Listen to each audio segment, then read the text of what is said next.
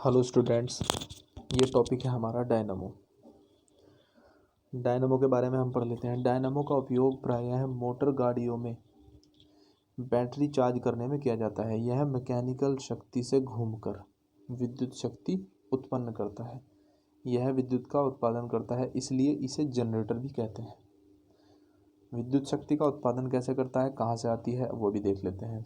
Engine के साथ इसे एक बेल्ट के द्वारा जोड़ दिया जाता है और उस बेल्ट के थ्रू ही इसे मैकेनिकल एनर्जी मिलती है, जिससे ये घूमता है। और इसके अंदर कम्यूटेटर आर्मेचर लगे रहते हैं और इसके अंदर मैग्नेट्स लगे रहते हैं, जिन मैग्नेट्स की हेल्प से ये आर्मेचर घूमती है उनके बीच में और वहाँ से इलेक्ट्रिसिटी जनरेट होती है।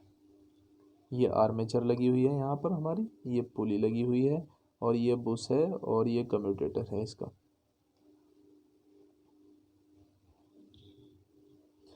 डायनामो इंजन से एक पट्टे के द्वारा चलता है, क्योंकि इंजन की चाल बदलती रहती है, इसलिए डायनामो की चाल के साथ भी ऐसा ही होता है।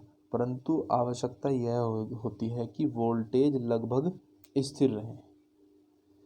इसके अतिरिक्त ऑटोमोबाइल डायनामो एक निम्न वोल्ट जनरेटर है जो एक दिशा में करंट पैदा करता है, इसलिए कि बैटरी के प्रयोग के लिए एक दिश करंट की आवश्यकता होती है। यह आवश्यकताएं ऑटोमोबाइल डायनामो अथवा जनरेटर को अपने आप में ही अद्वितीय बना देती हैं। और अब हम देख लेते हैं डायनामो का कार्य सिद्धांत, वर्किंग प्रिंसिपल ऑफ डायनामो।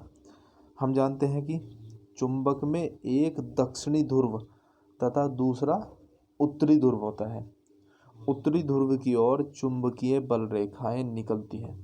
यदि इन चुंबकीय बल रेखाओं के बीच कोई चालक घुमाया जाए तो फैराडेज इलेक्ट्रोमैग्नेटिक इंडक्शन नियम के आधार पर चालक में विद्युत शक्ति उत्पन्न होती है। चालक के घूमने से चुंबकीय बल किरणें कट जाती हैं तथा इनका प्रवाह रुक जाता है। चित्र में दो स्थायी चुंबक दिखाए गए हैं, चित्र आगे दिखाएंगे हम। इनके बीच एक चालक लगाया जाता है जो कि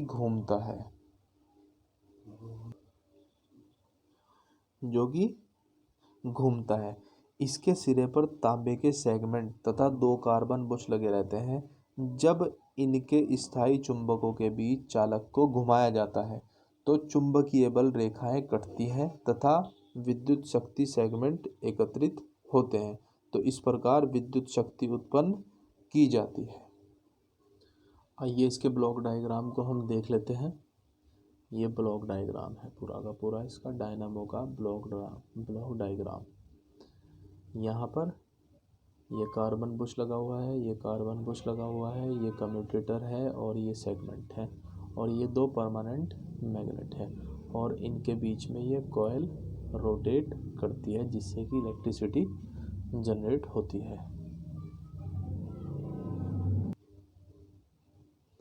डायनामो के मुख्य भाग एवं बनावट। इसके मुख्य भागों को हम देख लेते हैं। Number 1 armature.